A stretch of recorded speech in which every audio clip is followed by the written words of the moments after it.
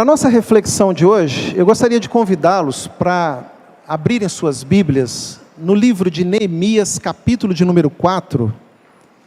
Neemias, capítulo de número 4, será o texto de nossa reflexão.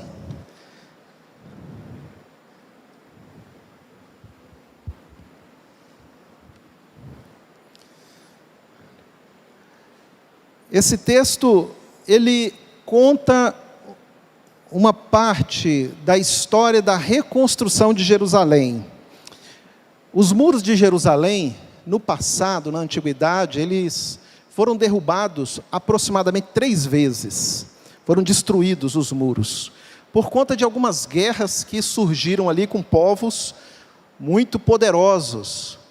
Esse contexto se dá quando a Babilônia havia tomado todo o território de Israel.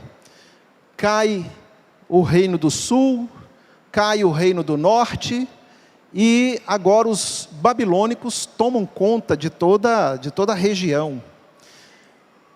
Por que os muros foram derrubados? Os muros de Jerusalém foram quebrados. Porque os reis que estavam ali na época, por volta do ano 598, o rei Joaquim, eles tentaram fazer aliança com o Egito para poder vencer, para suportar as investidas da Babilônia. Nós estamos vendo no contexto atual esses rumores, não é? Que acontecem lá na Europa com a guerra da Ucrânia. Então, quando você liga a televisão, você já tem ali uma noção do que está acontecendo ali, os blocos, não é? Tentando se fortalecer e causando ali as guerras, né? Causando aquela guerra entre a Rússia e a Ucrânia. Então, segundo algumas interpretações, a Ucrânia está sendo bombardeada porque ela queria fazer parte da OTAN, a aliança que é liderada pelos Estados Unidos. Bom, isso aqui não é nenhuma aula de política, né? Então, podem haver aí variações, informações diversas, mas basicamente seria isso. Agora, eu queria que você pensasse comigo, assim como hoje a gente vê pela televisão, toda aquela tragédia, aquela destruição, tente entrar nesse contexto também de Israel. Ontem eu estava conversando com um amigo que mora no estado de Goiás, e ele falava o quanto que ele fica triste, né, e ao mesmo tempo irritado com tudo isso que está acontecendo lá naquela região da Ucrânia. E realmente mexe, né, com as emoções, mexe com as pessoas, causa uma revolta muitas das vezes, enfim. E guerras acabam terminando em muitas mortes, né? E tudo isso, acho que o que mais marca é a morte de indefesos, né? Crianças, idosos, a dificuldade que esse povo está passando.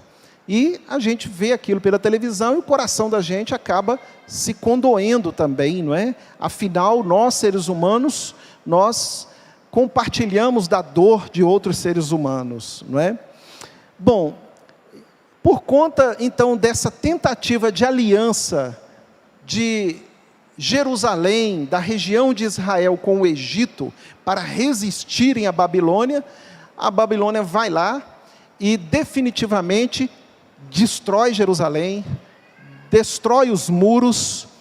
Uma das características daquela guerra, os babilônicos tinham essa marca, era espalhar o povo conquistado. Então eles pegavam grupos de pessoas e deportavam. Vocês se lembram muito bem da história de Daniel, que foi deportado com seus amigos para a região da Babilônia, não é?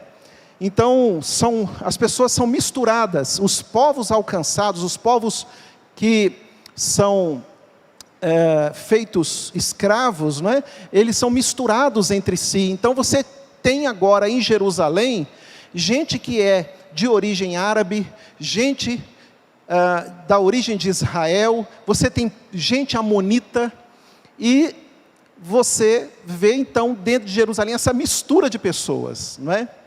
A cidade está em ruína, mas não só a cidade, mas o que ela representava, porque Jerusalém, na antiguidade, no meio do povo de Deus, representava a presença de Deus ali, o templo, não é?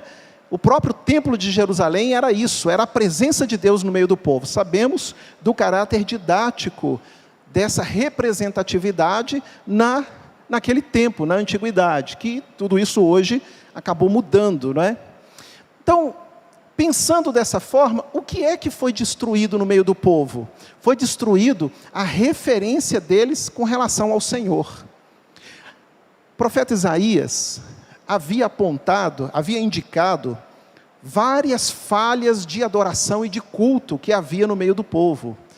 Por exemplo, os desvios espirituais e doutrinários do povo. O profeta Isaías, ele avisou muitas das vezes, os profetas falavam muito disso, apontavam os erros, porque os povos constantemente assediavam Israel, e Israel acabava se contaminando com os cultos, chamados cultos pagãos.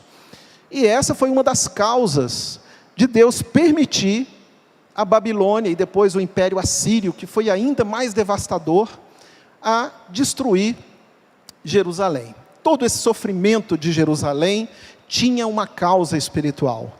E é isso que os profetas, e é isso que nós, como povo de Deus, devemos examinar nesse contexto e devemos trazer para o nosso coração. O capítulo 4 nos mostra o momento em que Esdras e Neemias estão reedificando os muros. São dois servos do Senhor que se colocam nesse trabalho de reedificar os muros e mais tarde reedificar o templo. Neemias era um copeiro do rei, ele era um homem de confiança do rei Artaxerxes. Era aquele homem que bebia primeiro o vinho para ver se não estava envenenado.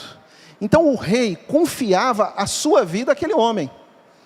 E conta aqui a história nos capítulos 1 e 2, que certa vez Neemias, que tinha essa função, chega na presença do rei, e pela primeira vez ele chega com a cara triste. Isso era proibido, chegar na presença do rei com a fisionomia entristecida, chateado. E o rei então olha para ele e pergunta o que é isso, o que está acontecendo com ele. E ele mesmo relata no texto que ele ficou com muito medo naquele momento, com medo do rei. Essas pessoas eram pessoas extremamente exigentes e poderosas, e ele ficou com medo daquela situação. Então ele relata para o rei que a cidade dele estava em ruínas, que os muros estavam quebrados e as portas queimadas, e o povo de Israel que ali morava passava por terríveis tribulações, fome, dificuldades. Então o rei, depois de ouvir tudo isso, autoriza Neemias que vá em Jerusalém e reconstrua os muros, e traga um pouco de conforto e esperança para o povo de Jerusalém que morava ali, né? O povo de Deus que morava ali ainda naquela região, que restaram ali, né? Então nós estamos agora no momento em que Neemias começa a obra, mas 3 homens se opõem a ele, e em especial Sambalate, conhecido como Horonita, e Tobias, que era um oficial amonita. Esses 2 homens principalmente não gostavam da ideia do povo de Israel viverem bem, receberem aquela atenção. Então eles vão fazer de tudo para impedir a reconstrução da cidade. Eles vão fazer de tudo para que as coisas ali voltem a melhorar. E vão para cima mesmo de Neemias e vão fazer tramas. E nós vamos ver essa história agora e qual o significado espiritual dela. Portanto, quero convidar você a ler comigo o capítulo de número 4. Diz assim o texto: tendo Sambalate ouvido que edificávamos o muro, ardeu em ira, e se indignou muito, e escarneceu dos judeus. Então falou na presença de seus irmãos e do exército de Samaria, e disse: que fazem estes fracos judeus? Permite-lhes a isso? Sacrificarão? darão cabo da obra num só dia? Renascerão? Acaso dos montões de pó as pedras que foram queimadas? Estavam com ele Tobias, o amonita, e disse: ainda que edifiquem, vindo uma raposa, derribará o seu muro de pedra. Ouve, ó nosso Deus, pois estamos sendo desprezados. Caia o seu opróbrio sobre a cabeça deles, e faze que sejam despojo numa terra de cativeiro. Não lhes encubras a iniquidade, e não se risque diante de ti o seu pecado, pois te provocaram a ira na presença dos que edificavam. Assim, edificamos o muro, e todo o muro se fechou até a metade de sua altura, porque o povo tinha o quê, irmãos? Mas ouvindo Sambalate e Tobias, os arábios, os amonitas e os asdotitas, que a reparação dos muros de Jerusalém ia avante e que já se começavam a fechar-lhes as brechas, eles ficaram sobremodos irados. Ajuntaram-se todos de comum acordo para virem atacar Jerusalém e suscitar confusão ali. Porém nós oramos ao Senhor nosso Deus, e como proteção, pusemos guarda contra eles, de dia e de noite. Então disse Judá: já desfaleceram as forças dos carregadores, e os escombros são muitos, de maneira que não podemos edificar o muro. Disseram, porém, os nossos inimigos: nada saberão disto, nem verão, até que entremos no meio deles e os matemos, assim faremos cessar a obra. Quando os judeus que habitavam na vizinhança deles, 10 vezes nos disseram: de todos os lugares onde moram, subirão contra nós. Então eu pus o povo por famílias nos lugares baixos e abertos, por detrás do muro, com as suas espadas e as suas lanças e os seus arcos. Inspecionei, dispus-me e disse aos nobres, aos magistrados e ao resto do povo: não os temais. Lembrai-vos do Senhor, grande e temível, e pelejai pelos vossos irmãos, vossos filhos, vossas filhas, vossa mulher e vossa casa. E sucedeu que, ouvindo os nossos inimigos, que já o sabíamos, e que Deus tinha frustrado o desígnio deles, voltamos todos nós ao muro, cada um à sua obra.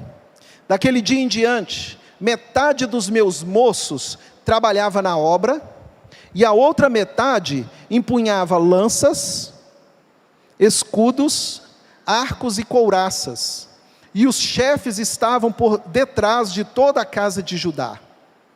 Verso 17, olha que curioso.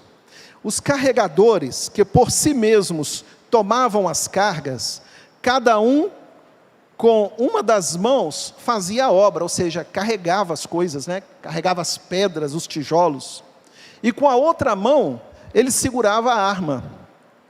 Os edificadores, cada um trazia a sua espada na cinta, e assim edificavam. O que tocava a trombeta estava junto de mim. Disse eu aos nobres, aos magistrados e ao resto do povo: grande e extensa é a obra, e nós estamos no muro, muito separados, longe uns dos outros.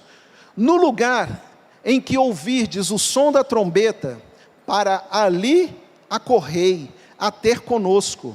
O nosso Deus pelejará por nós. Você repete essa frase? O nosso Deus pelejará por nós. Assim trabalhávamos na obra, e metade empunhava as lanças, desde o raiar do dia até o sair das estrelas. Também nesse mesmo tempo, disse eu ao povo: cada um com o seu moço fique em Jerusalém, para que de noite nos sirvam de guarda, e de dia trabalhem.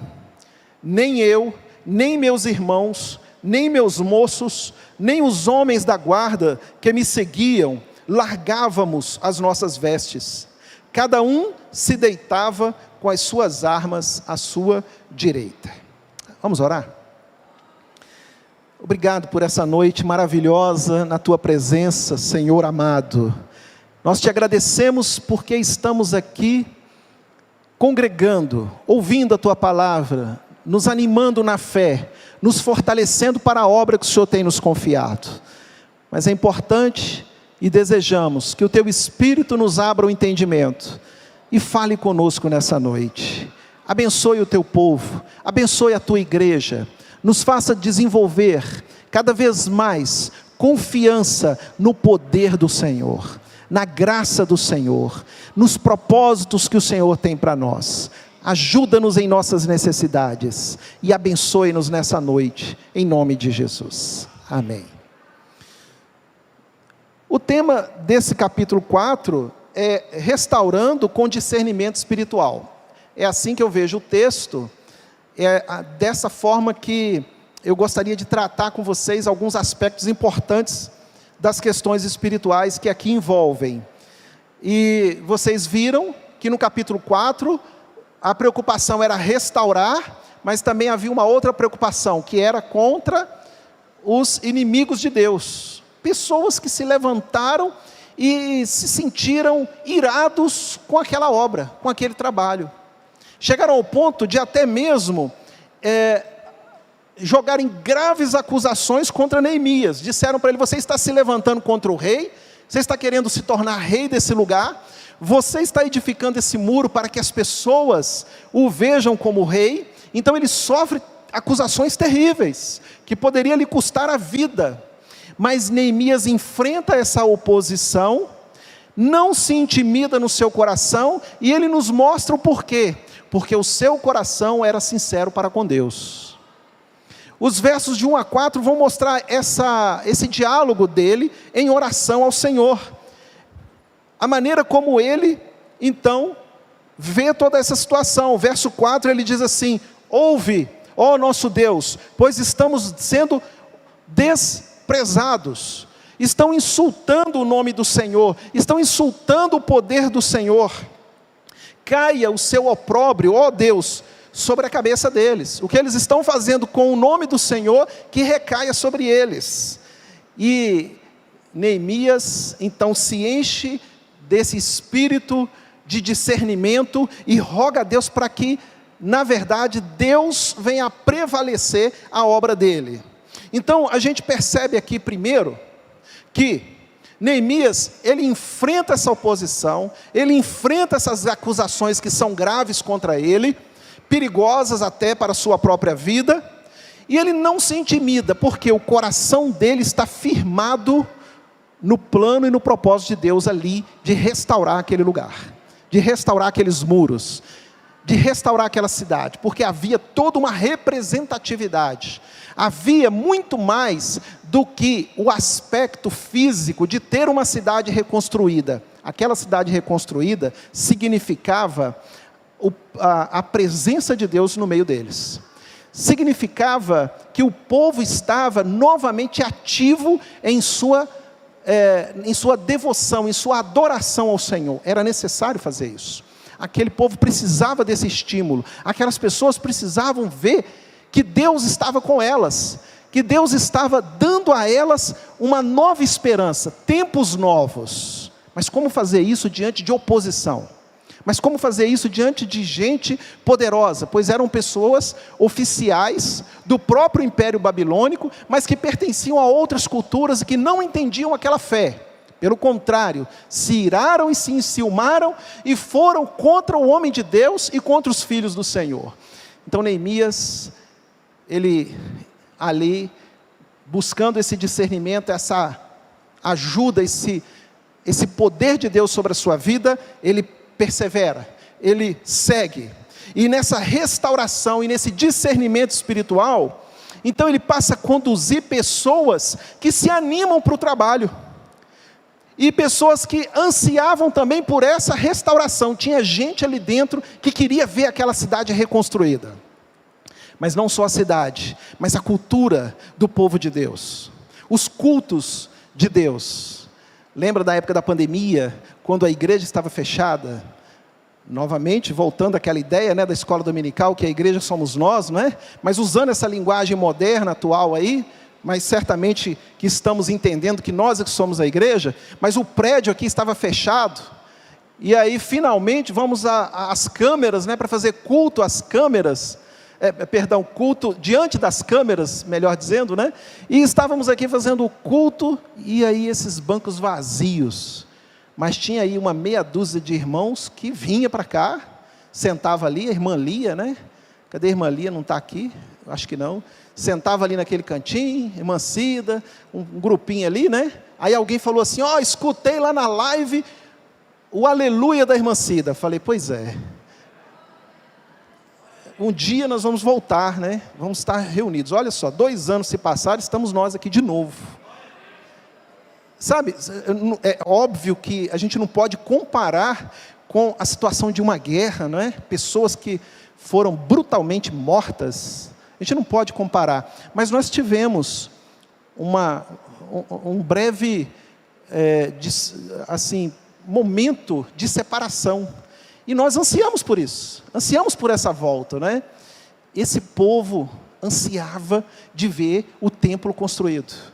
Esse povo ansiava de ver a cidade reconstruída. E o que isso daria a eles? Cultos, adorações, celebrações. A voz do povo cantando é bonita, não é? Você vê que enquanto nós estamos louvando ao Senhor, nós somos tomados de uma satisfação interior, uma alegria. Nós cantamos o que nós cremos. Nós servimos ao Senhor. E quando nós cantamos o que é verdade. Então a gente canta alegremente para o Senhor. São canções que levam a nossa alma à adoração a Deus. Esse povo de Israel tinha esse desejo, sabe? De também se reunirem e poderem adorar o Senhor. Fazerem as festas, fazerem as adorações. Fazerem ali todos os trabalhos espirituais de adoração, de culto ao Senhor. As festas, as comidas, as celebrações, os cânticos, as adorações. Onde está tudo isso, Senhor? Tudo isso estava destruído, mas agora vamos restaurar todas essas coisas. E Neemias então, ele se junta a pessoas que estavam animadas nesse propósito. Vamos lá, vamos fazer. E um grupo animado com ele então, vai ansioso para reedificar a cidade do Senhor. Reedificar a cidade, reedificar os muros, reedificar o templo, significa também reedificar a adoração a Deus, os cultos ao Senhor, a busca ao Senhor. Mas a oposição cresceu. Contudo, Neemias e os filhos de Deus se colocam a orar por aquela obra que estavam fazendo. Os versos 8 e 9 mostram a atitude. A oposição cresce, mas eles se colocam em oração. Por quê? Porque aquela guerra não podia ser vencida com armas, e nem com força, e nem com violência. Aquela guerra só Deus podia resolver. Só Deus podia colocar a mão, porque eles eram pessoas extremamente inferiores no aspecto militar. Só Deus podia colocar a mão e só Deus podia frear aquele mal. Então eles oram ao Senhor. Verso 8: ajuntaram-se todos de comum acordo para virem atacar Jerusalém e suscitar confusão ali. E é interessante, né, que essas pessoas, elas vão contra o próprio rei Artaxerxes, que tinha autorizado a reconstrução. Mas eles vão com violência, e certamente eles já tinham também um discurso pronto contra Neemias e o povo de Deus. Certamente eles já tinham um discurso para dizer: olha, eles planejavam tomar a sua coroa, ó rei, mas nós impedimos. Porém, verso 9, porém, o que foi que eles fizeram? Você pode ler comigo, verso 9? Nós oramos ao nosso Deus, e como proteção, pusemos guardas contra eles de dia e de noite. Nós oramos ao Senhor. Ó Deus, tem misericórdia. Ó Senhor, vem de encontro a nós. E a oração deles funciona, porque o Senhor é que está naquele projeto, o Senhor que está naquela obra, né? Mas a coisa aperta ainda mais. Uma nova trama ela é planejada. Olha o verso de número 10. Então disse Judá: já desfaleceram as forças dos carregadores. O pessoal está fraco, não aguenta carregar mais nenhuma pedra. E os escombros são muitos, de maneira que não podemos edificar o muro. Disseram, porém, os nossos inimigos: nada saberão disso, nem verão, até que entremos no meio deles e os matemos. Assim faremos cessar a obra. Então eles planejaram invadir o lugar de trabalho, aproveitando os momentos de descanso do povo, o momento de cansaço daquele povo, para poder matá-los, acabar com aquela obra. Mas Neemias então entende que o Senhor vem e intervém naquela história. E aí Neemias fica sabendo, e Neemias diz: o Senhor desbaratou esse propósito, e a partir de agora, então, nós vamos tomar aqui uma atitude.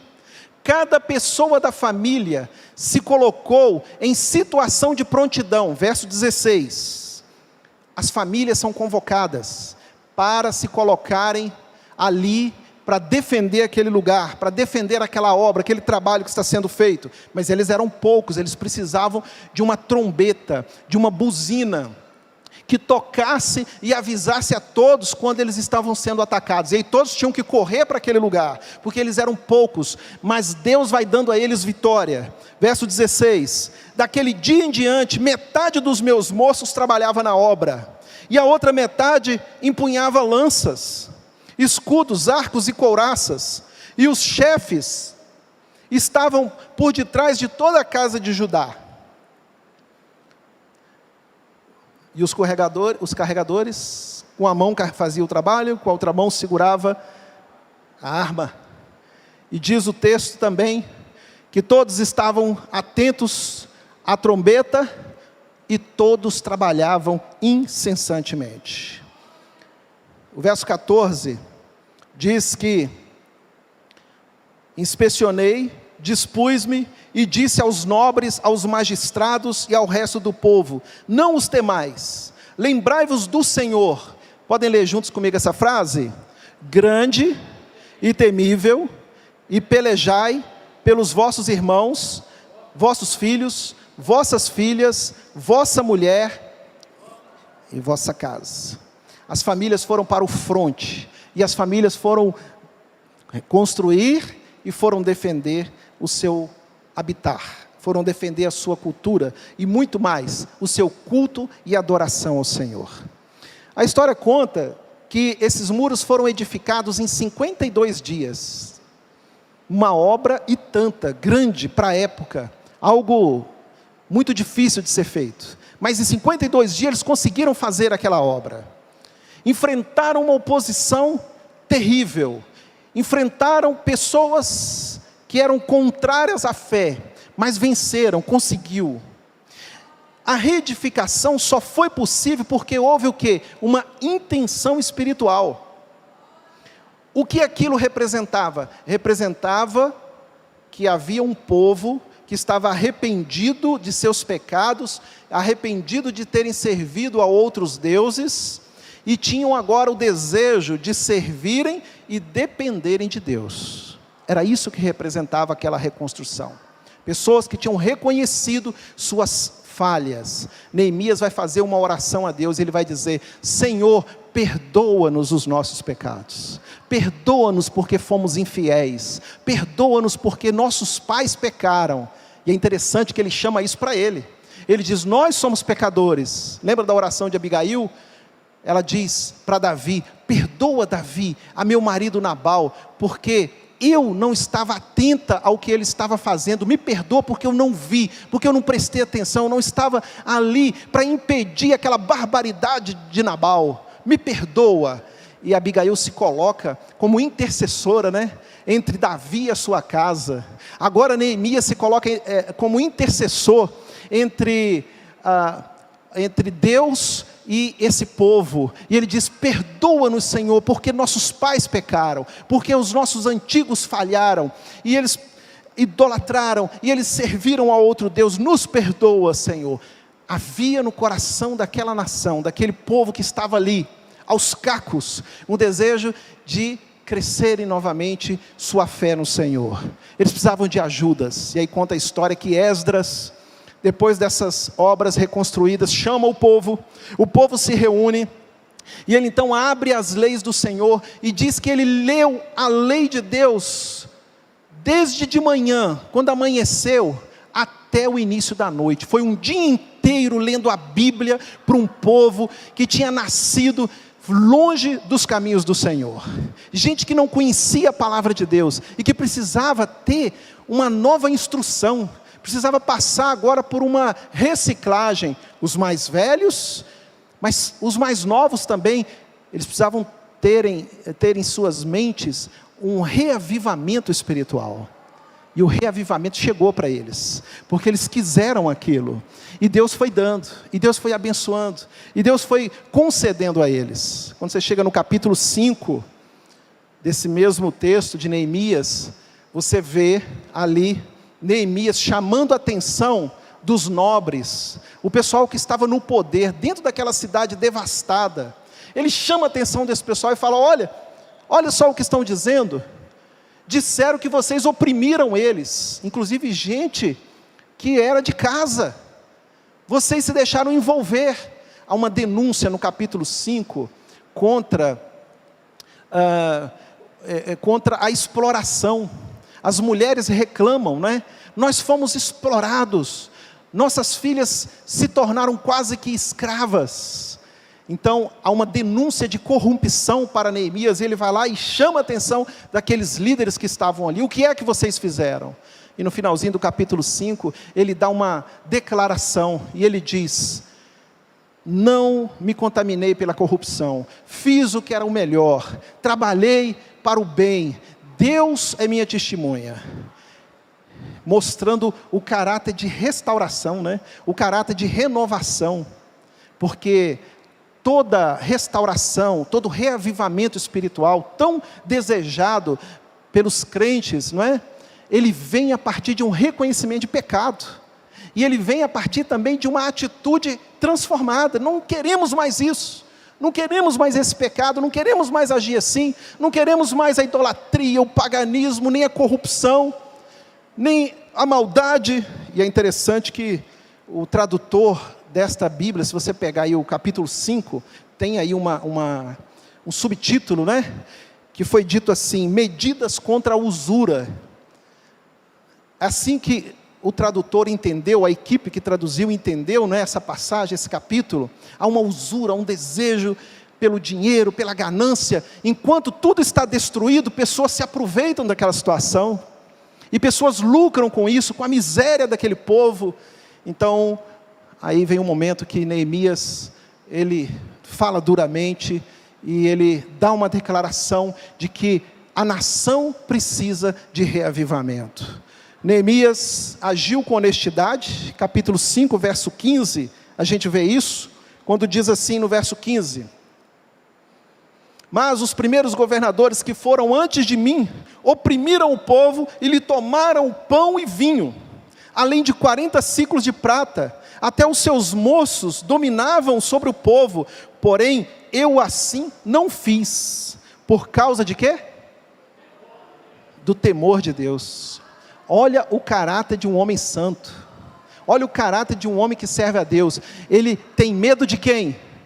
De Deus. Ele não tem medo dos homens, porque Deus é aquele que vê em secreto. E Davi disse isso, né? Para onde, Senhor? Me ausentarei da tua presença. Se eu subo lá em cima, né? Tu estás. Se eu vou no mais profundo abismo, tu estás também. Os olhos do Senhor estão sobre a terra, e como diz o salmista, passeia, percorre a terra à procura dos justos, do povo de Deus, dos fiéis ao Senhor. Neemias sabia disso. Então Neemias vai dizer: não à corrupção, sim à honestidade. Vamos ao progresso de tudo isso, mas não para o nosso engrandecimento e a nossa vaidade, mas para o louvor daquele que mandou, daquele que é Senhor, daquele que tem planos e propósitos, daquele que ama, daquele que arrebanha, pastoreia. Ele, o Senhor, está promovendo tudo isso para o nosso bem. E mais, ele repreende, como eu já disse, a ganância ali, daqueles nobres, verso 7 do capítulo 5, depois de ter considerado comigo mesmo, repreendi os nobres e magistrados, e lhes disse: sois usuários, cada um para com seu irmão, e convoquei contra eles um grande ajuntamento. Essas foram as reformas que Neemias fez. A reforma maior não foi no muro, a reforma maior foi aonde? Na alma, no coração e na fé daquelas pessoas. Porque o Senhor Deus estava fazendo aquela obra naquele lugar. Essa foi a conclusão de uma reforma ampla, de uma reforma que alcançou todos os lugares. Meus irmãos, nós aqui, nenhum aqui está sendo chamado para reconstruir nem Jerusalém, nem Ucrânia, nem lugar nenhum, não é? Nós não estamos sendo chamados para nenhuma reconstrução física. Não existe aqui uma associação literal, dessa história com algum comportamento semelhante. Mas nós vemos aqui alguns aspectos espirituais que são importantes. Por exemplo, o momento em que Neemias, ele vai clamar ao Senhor, e ele vai então falar ali com o rei sobre o que está acontecendo. Deus coloca nele um desejo de engrandecer o nome do Senhor. E isso nos serve de lição. Porque cada um de nós que estamos aqui nessa noite, somos chamados para fazer alguma obra que Deus tem nos dado. Todos nós que estamos aqui temos uma obra a fazer, não importa a idade e não importa também a nossa natureza sexual, se é homem, se é mulher. Todos nós temos aqui um trabalho a ser feito, e ele começa onde? Dentro de casa, dentro da família. Todos nós estamos sendo chamados o tempo todo a olhar para essa obra à nossa volta e nos identificarmos com Neemias, para então observarmos aquilo que está ruindo em nossa casa, ruindo em nossa família, ruindo em nossa fé, em nossa caminhada com Jesus, para então tomarmos providências. Porque o Senhor, Ele nos chama a isso o tempo todo. O Senhor diz na sua palavra que nós devemos tomar cuidado do nosso próprio coração, da nossa própria fé, da nossa própria caminhada. É ou não é verdade? Quando o apóstolo Paulo, ele fala para a igreja lá de Corintos, lá no capítulo 7, onde ele fala, quando ele fala para casais, homens e mulheres, então ele diz que homem e mulher são uma só carne, como foi feito no início, o ideal do Senhor, não é verdade? Quando nós lemos as cartas de Pedro, e Pedro vai dizer aos homens: vivei a vida comum do lar. Quando diz as escrituras: mulheres, sede submissas. Quando diz aos filhos: filhos, obedecei aos vossos pais. O tempo todo, as escrituras nos chamam para que a gente observe as brechas nos muros de nossas casas, de nossas famílias, de nossas vidas. A gente precisa estar atento a essas coisas. A maior obra que o Senhor tem nos chamado é a obra da nossa salvação, é crer com humildade, é servir ao Senhor. E a segunda obra é guardar a nossa casa, guardar a nossa família. Contra o quê? Contra quais investidas? Do maligno. Obras da carne, obras de Satanás, nossas próprias falhas, nossos próprios erros, nossos próprios pecados. Precisamos estar vigilantes, porque na caminhada surgem ali os inimigos de Deus, que vêm contra a nossa mente, que vêm contra a nossa fé, que vêm contra aquilo que nós cremos. Eu lembro, gente, que alguns anos atrás havia uma grande preocupação contra as novelas da Globo. O pessoal mais antigo, os irmãos evangélicos mais antigos, vão se lembrar disso, né? As novelas, elas eram promíscuas, e aí havia aquele cuidado, né? Não podia ligar a televisão quando tinha criança, porque as cenas eram terríveis. Hoje não se fala mais isso, por quê? Porque a preocupação agora não está sendo mais a televisão, a preocupação agora está sendo o quê? Celular, internet. Cada vez que passa, parece que o inimigo ele vai alcançando mais força contra os filhos de Deus. Você já reparou isso? E eu pergunto a você, onde nós vamos morar para evitar tudo isso? Vamos fazer o seguinte, vamos alugar alguns ônibus então, e vamos sair todos de Montes Claros, e vamos então morar numa vila, e lá nós vamos cortar a internet de todo mundo. Resolve? Não resolve. Se o coração não estiver aqui dentro impactado, o resto não muda. Mas quando aqui dentro está fortalecido, quando aqui dentro está apegado ao Senhor, quando a renovação, né, o avivamento começa em mim, então o mundo não consegue me atingir. Ele até tenta, mas ele não atinge. Nós precisamos focar nas armas que o mundo está atirando em nós. Nós precisamos observar, entender, ter esse discernimento espiritual, o discernimento que Neemias teve. Esse é o discernimento que Neemias teve.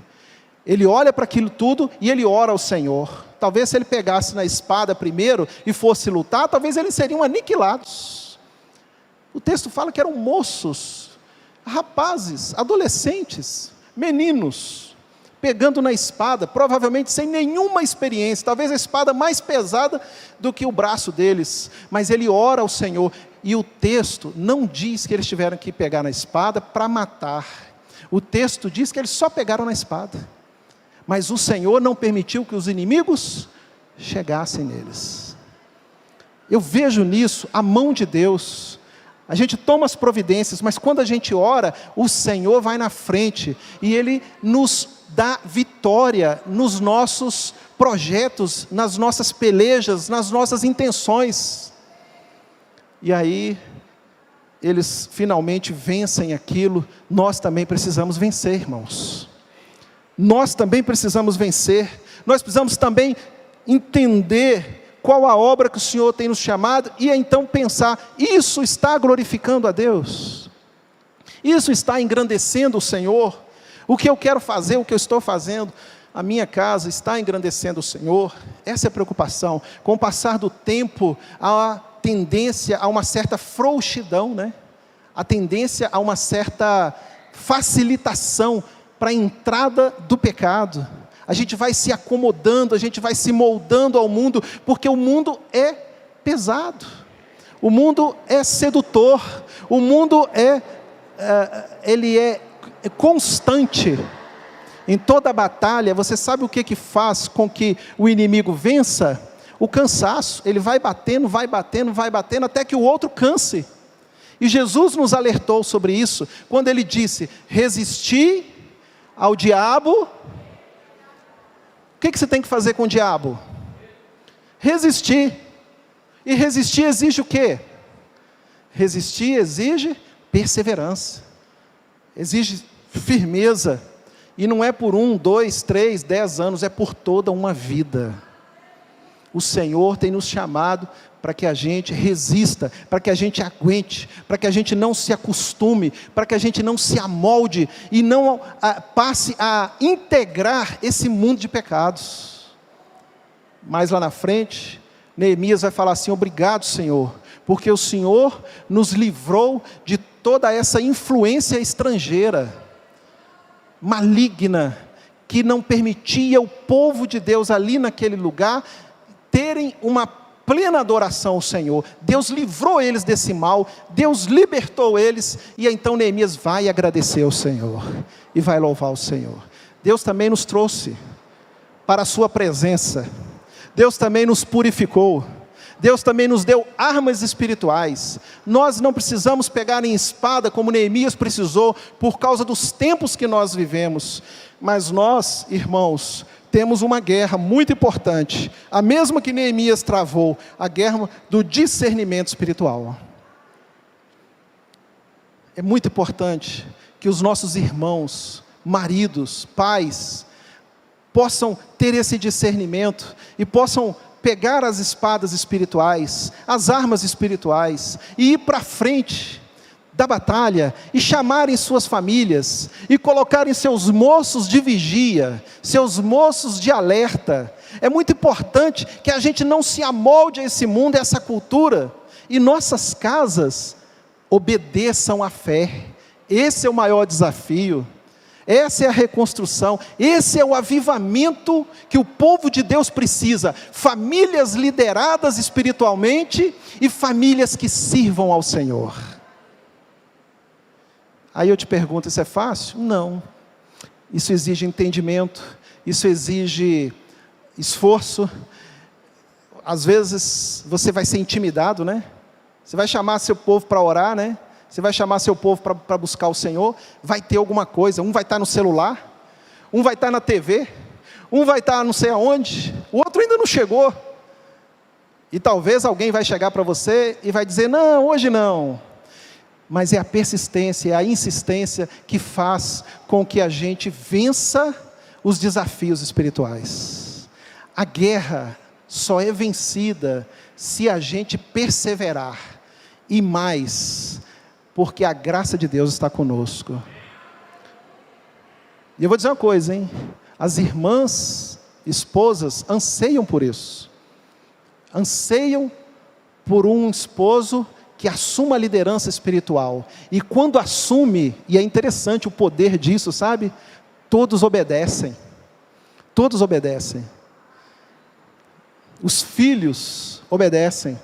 Eu não sei se é assim com todos, mas às vezes a mãe fala, aí os filhos fazem uma horinha, né? Dá aquela enrolada, né? Faz aquele meio termo, mas quando o pai fala, a coisa muda. A coisa muda.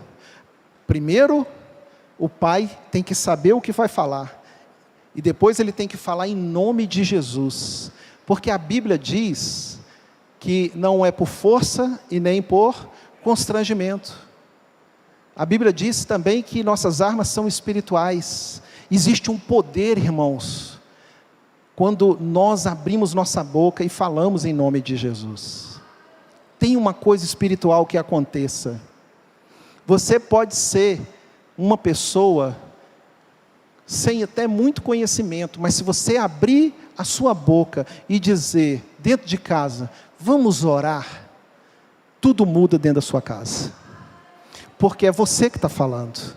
Porque o Senhor, Ele honra a fé. O Senhor, Ele honra aqueles que se levantam contra os inimigos de Deus, né? E o Senhor disse para Josué, seja forte e corajoso. E o Senhor disse para os seus discípulos, né? Vão, não se preocupem com o que vão falar, porque quando vocês abrirem a boca, o Espírito do Senhor vai colocar palavras em suas bocas. A gente não precisa ter medo.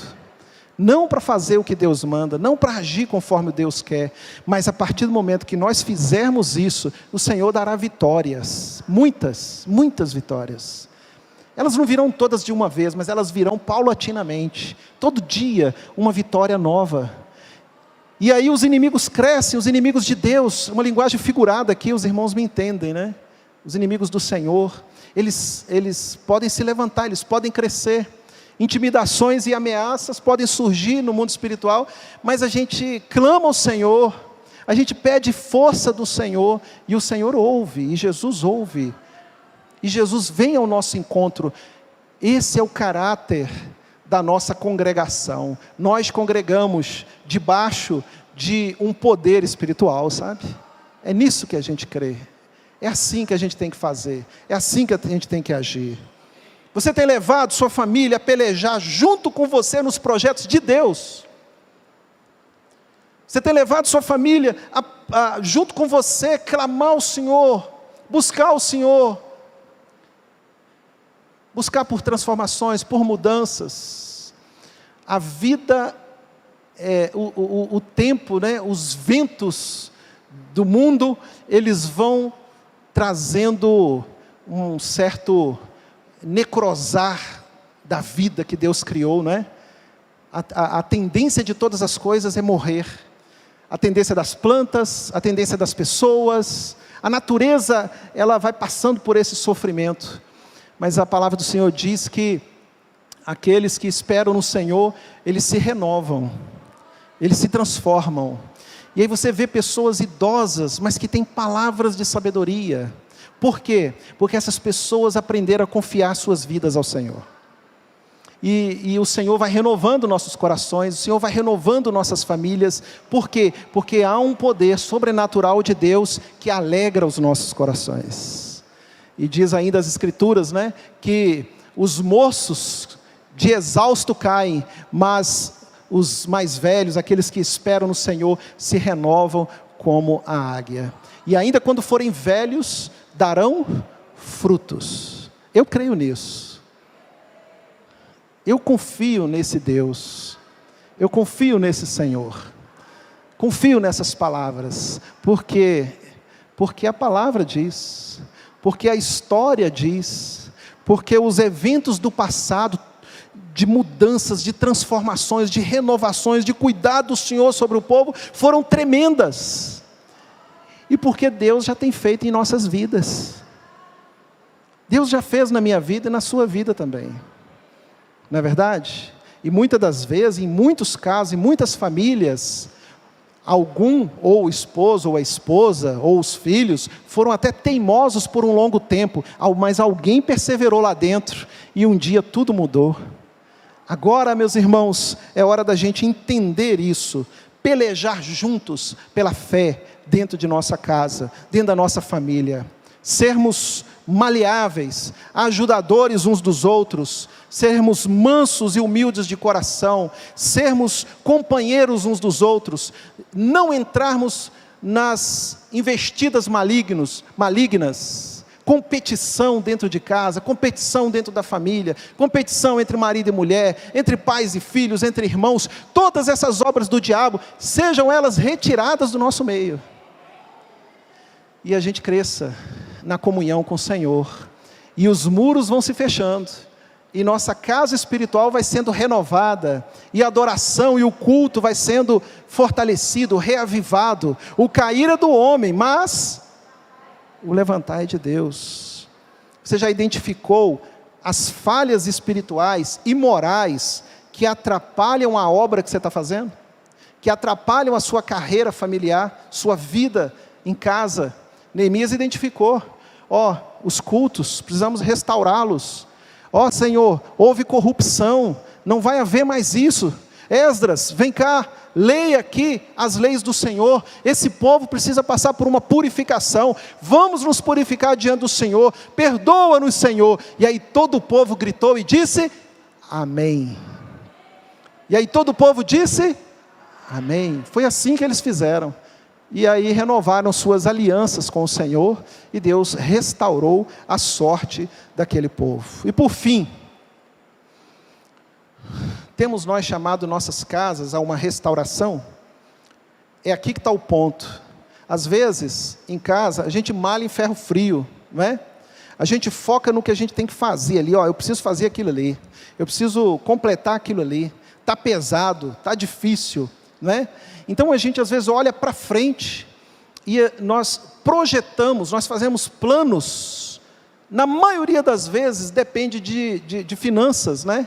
Na maioria, quando eu conseguir fazer aquilo, finalmente vou dar um descanso para minha família e tal, e a gente vai se matando, e a gente vai se cansando, e nós vamos esquecendo de olhar como nós estamos vivendo.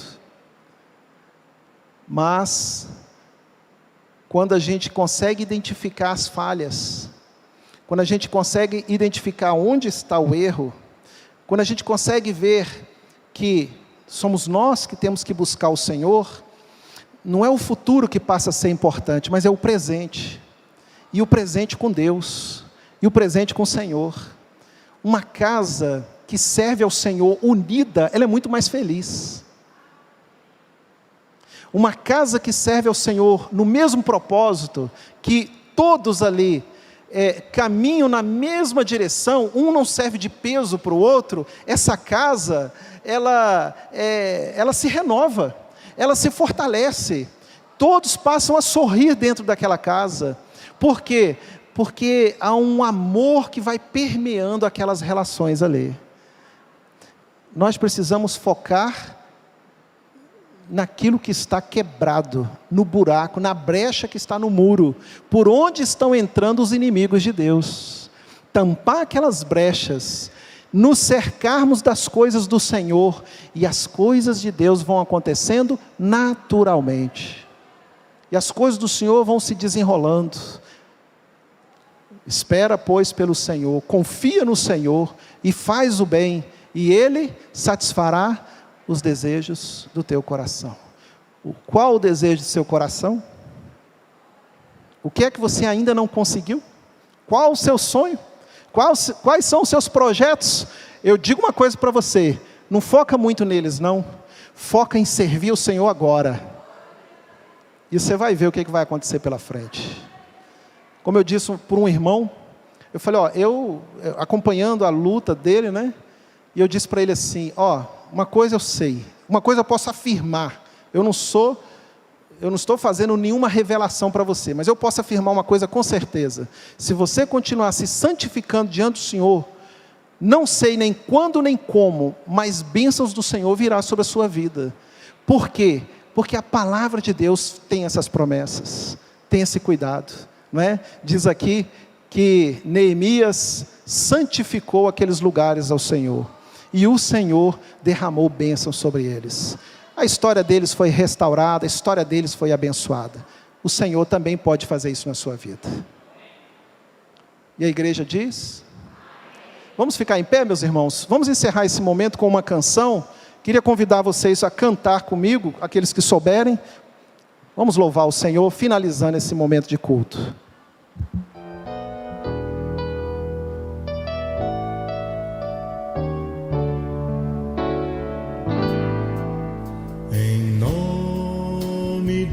Senhor Jesus, quero me entregar para sempre ao meu Deus.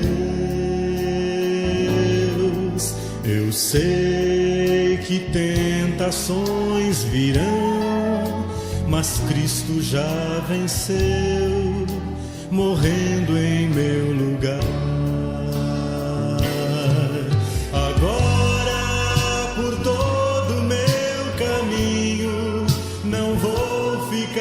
Sozinho, confio no Senhor, entrego a Ele o meu futuro, pois sei que estou seguro nas promessas do meu Deus.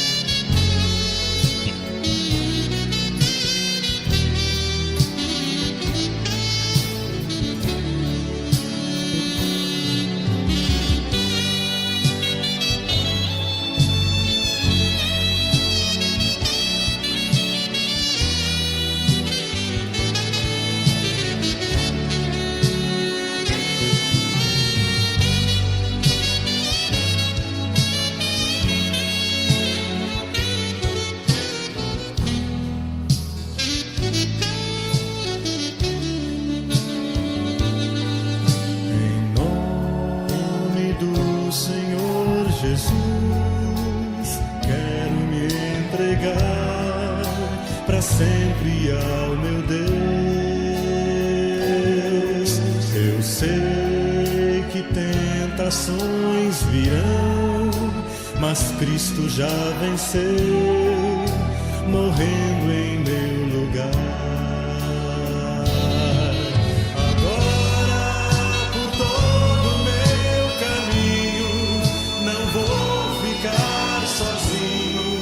Confio no Senhor, entrego